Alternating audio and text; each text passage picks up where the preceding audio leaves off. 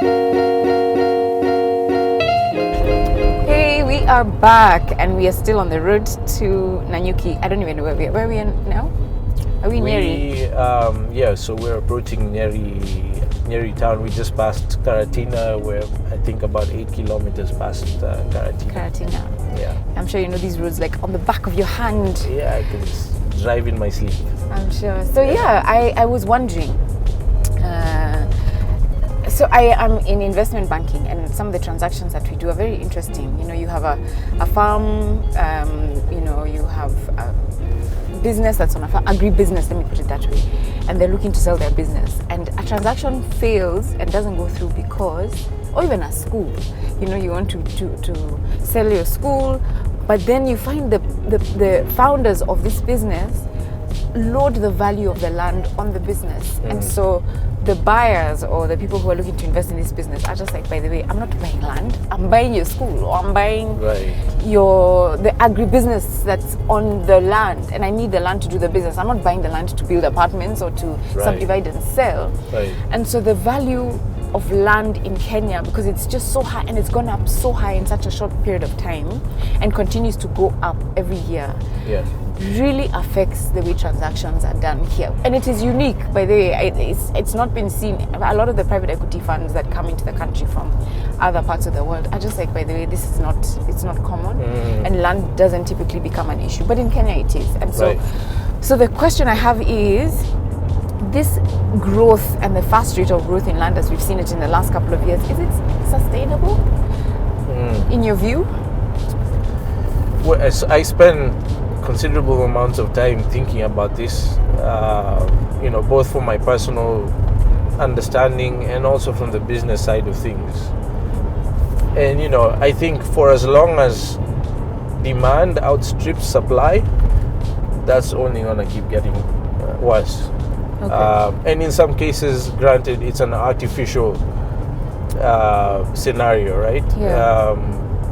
In many cases, in my experience, the price of a sale will depend on who the seller is, who they're selling to, and why. And that is partially because of the mistrust in the industry in general. The opacity in the system, crazy due diligence, high levels of fraud. So I've made decisions more than 2-3 times to pay more for a property than is generally available in an area, simply because I trust the seller and their documents were in order.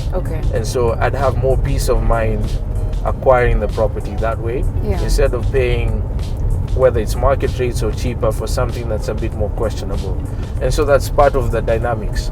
But for as long as demand will outstrip supply, that'll always be the case. Whether or not it's sustainable, I like to leave that to the economists. I really wonder. I mean, you travel to places like Cape Town, in South Africa. Okay, now there's an issue there. We have no water, but they're about to run out of water completely, which is a sad situation. However, real estate there is cheaper than in Nairobi.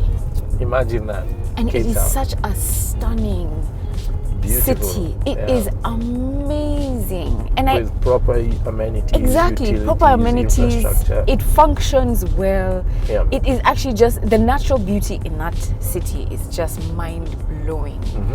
And if you want to buy an apartment, a house, a piece of land, it's cheaper than in Nairobi.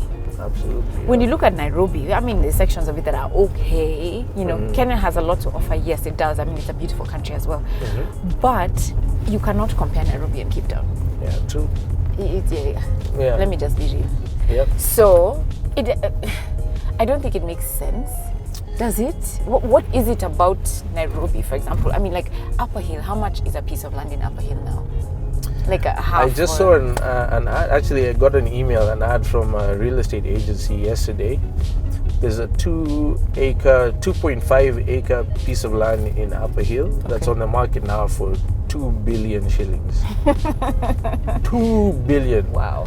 Bobs. That's $20 million for 2.5 acres. That's insane. Upper Hill is actually currently the most expensive locale for land investments or land acquisition in Africa outside of Sandton, South Africa, statistically, which is insane. And you can't compare the two cities or two areas in terms of infrastructure, utilities, accessibility, even ownership profile, GDP and whatnot, right? So what's with that? And I think this is where the artificial glut or appetite comes in. And I actually did an episode on our channel about this once, about the gentrification of sorts that's happening in Nairobi. Nairobians... Sorry, that's a big word. Actually, gentrification. Please tell me what that means. So gentrification is a real estate term, generally referring to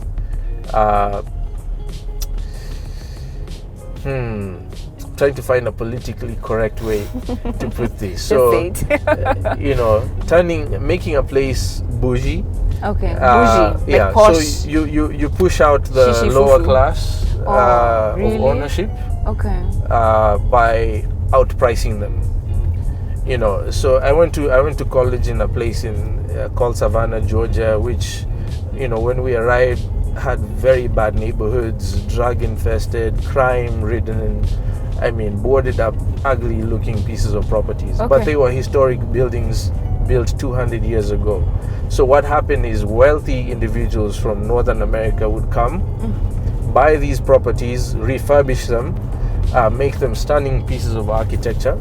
They would have them revalued, and they'd be valued much higher. So I knew of one property, they bought it for $65,000, rehabilitated it then valued for almost $500,000 based on the improvements made. So what that did to the neighbors next door is that 1 year they went from paying $1,000 in property taxes to getting a bill of $10,000 because that property increased the value of properties around it.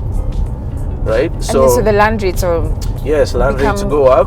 The owners can't afford them anymore, so they get auctioned or they leave. And then the people who can afford take up these properties for pennies on the dollar. And so what tends to happen is the lower income individuals, whether owners or residents, get pushed out because it's too expensive to maintain in terms of annual taxes or just keep the lights on or whatever. And then the wealthier, more affluent population steps in, make improvements to infrastructure so it becomes a nicer place and so on. But you've essentially changed the population demographic for the area that way. So that's what gentrification means. And that's what's happening in Nairobi. Places like Westlands, Upper Hill, even Kilimani. In Westlands now, the biggest deals have been done by foreign nationals, the Chinese, the Nigerians. The local Kenyan can no longer afford land in Westlands or Upper Hill for that matter. So here's the other question. If I'm buying land for 2 billion shillings, what am I putting up there that will bring a return that will pay back that money? Right, and this is where I tend to have an issue. So in my own thinking, I believe the best way to go about figuring out transaction values. So I honestly believe that market value and transaction values do not always have to be the same thing. So a property could be valued, it could very well be valued at 2.5 billion. Right. Okay, I hear you. Right. But then the transaction doesn't happen at that price. Yes, because whoever's buying that piece of property may not be able to pull out that value regardless of what they do with it. So as a seller, does it make sense for me to force the buyer to pay 2.5 billion? So I'd think backwards. If I'm going to put up a 40-story block of apartments or commercial space or offices, and I'm going to sell each square meter at a particular price, how much will that yield me versus how much is going to cost for the land and construction and permits and so on? So I tend to think that we need to work backwards. What will the market absorb now in terms of finished product prices versus cost? And then that should therefore determine the transaction value.